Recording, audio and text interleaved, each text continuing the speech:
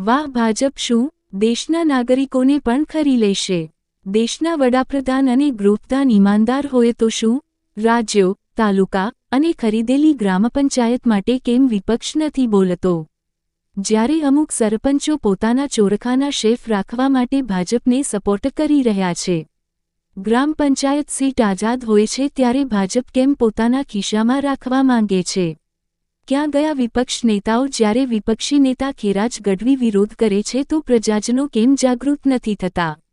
આ લોકતાંત્રિક દેશ છે.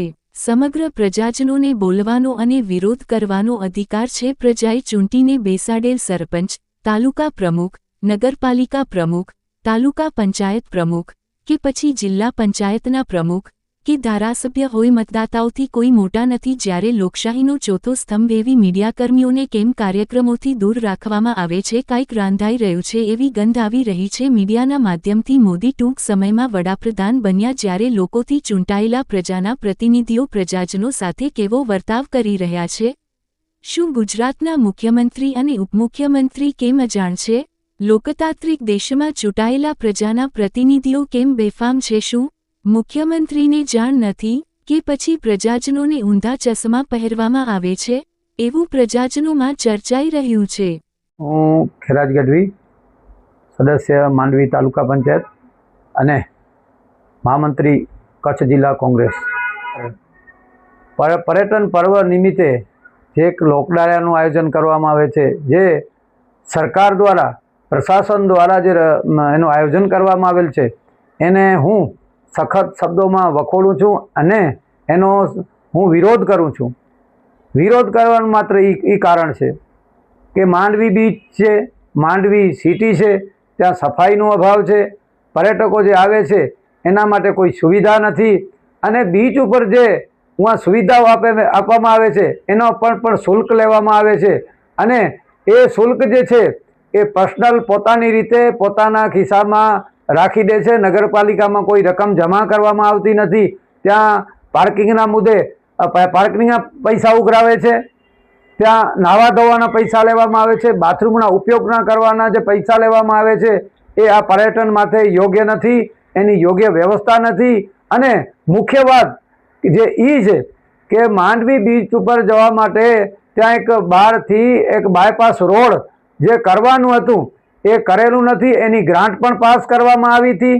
એ ગ્રાન્ટ પણ ક્યાં ગ્રાન્ટ એ જે વસ્તુ રસ્તાની જે ગ્રાન્ટ હતી એ ક્યાં વપરાણી એનો ક્યાંય કોઈ ઉલ્લેખ નથી. એ ગ્રાન્ટનું શું થયું? અને રસ્તા બાબતે આ નગરપાલિકાએ, આ પ્રશાસને કાંઈ કરેલું નથી અને માત્ર ને માત્ર સરકારના પૈસે જે તાયફાઓ કરી રહ્યા છે એ બંધ કરવામાં આવે અને આવા દાયરાઓ જે પોતાના સરકારના પૈસા બગાડી અને આવા આયોજનો અને ભારતીય જનતા પાર્ટીની વાહ કરવા માટે જ આ પ્રોગ્રામો કરવામાં આવે છે, એનો હું ખૂબ વિરોધ કરું છું.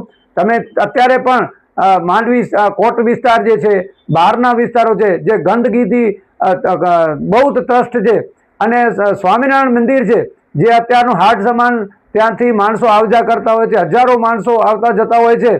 ત્યાં હોસ્પિટલો આવેલી છે અને ખાણીપીણીની દુકાનો પણ આવેલી છે. ત્યાં તમે જોઈ શકો છો કે સરકાર ગયા વર્ષે મોન્સૂન એક્ટિવિટી હેઠળ જે આ પહાડને જે આ ગટર જે છે તોડવામાં આવે છે, જે પાણીનો ઓગન છે, અને પાણીના ઓગનમાં આ નગરપાલિકાએ ગટરની લાઈનો જોડી નાખવામાં આવી છે.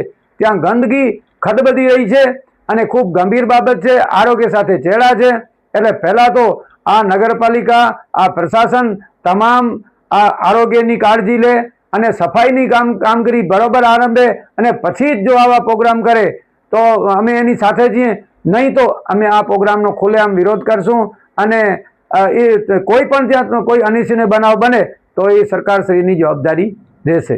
ખેડૂતભાઈ, ખાસ કરીને આવા ઘણા સળગતા મુદ્દા છે નગરપાલિકા વિરોધમાં, ત્યારે પ્રજાજનો, શહેરીજનો કેમ કાંઈ બોલતા નથી? જો શું લાગે? હું એવું માનું છું કે લોકશાહીની અંદર અમે તો વિરોધ પક્ષમાં બેઠા છીએ. જ્યાં સુધી વિરોધ પક્ષને જેટલી સત્તા પક્ષની જરૂર છે એટલી જ વિરોધ પક્ષની જરૂર છે. અમે તો વિરોધ કરતા આવીએ છીએ, પણ માંડવીની પ્રજા જે એની સહન શક્તિની એની હદ આવી ગઈ છે.